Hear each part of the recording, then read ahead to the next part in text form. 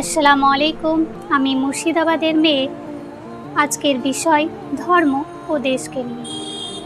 দেশ ও ধর্ম দুটিই আমাদের জীবনের একটি গুরুত্বপূর্ণ অংশ।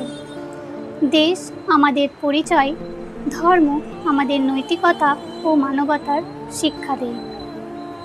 একজন আদর্শ মানুষ হিসেবে যেমন নিজের দেশকে ভালোবাসে এবং নিজের ধর্মকে পালন করে এবং অন্যের ধর্ম ও বিশ্বাসকে সম্মান করে।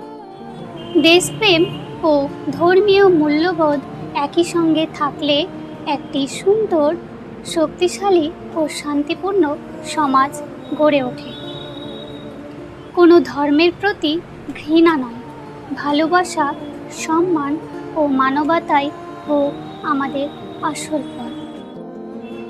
জয় হিন্দ, জয় भारत। तेरी धूल से बढ़ के तेरी धूप से रोशन